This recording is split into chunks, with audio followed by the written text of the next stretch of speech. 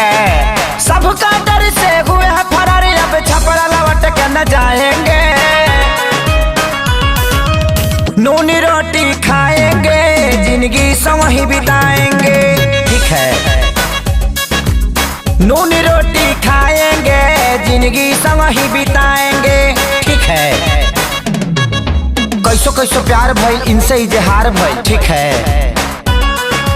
कैसो कैसो प्यार भइल इनसे इजहार भइल। काने काने जाने कैसे गाँव में प्रचार भइल। ठीक है, पंचायत कई बार भइल, थाने FIR भइल। हमारा घर से इनका घर से लाठी लाठी मार भइल।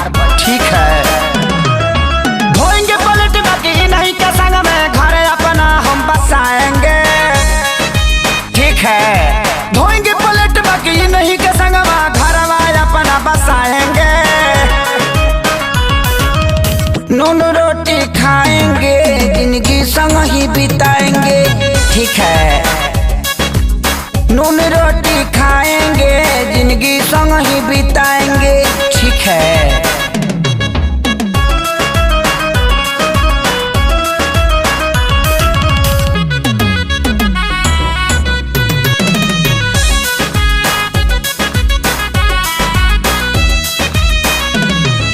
जाड़ा वाला रात रहे माघी बरसात रहे। ठीक है, जाड़ा वाला रात रहे माघी बरसात रहे। 8 बजे मिले खातिर इनका से बात रहे। ठीक है, मिले वाला धुन रहल, देह में जुनून रहल। काट ले कुकुर साला हर हर खून बहल। ठीक है, गोली भोले मारी दी कोई, इनको न हम बिसराएंगे।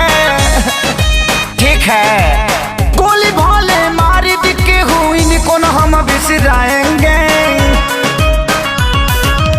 नूनी रोटी खाएंगे, जिंदगी संग ही बिताएंगे। ठीक है, नून रोटी खाएंगे, जिंदगी संग ही बिताएंगे। ठीक है,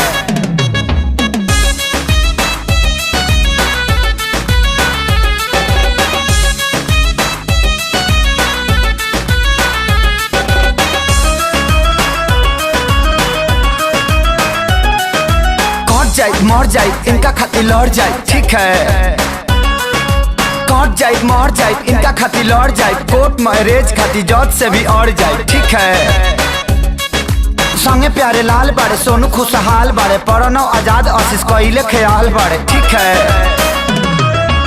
हाय हम खेसारी इनके बाप के हाथ न आएंगे। ठीक है, हाय हम खेसारी इनके बाप के हाथ न आएंगे।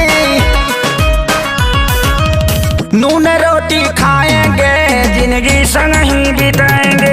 ठीक है, हबड़ा में रह जाएंगे, छपड़ा कहियो न जाएंगे। अरे नहीं हबड़ा में नहीं, हम गलती से बुला गए। ठीक है, नूनी रोटी खाएंगे, जिंदगी संग ही बिताएंगे। ठीक है, नूनी रोटी खाएंगे, जिंदगी संग ही बिताएंगे।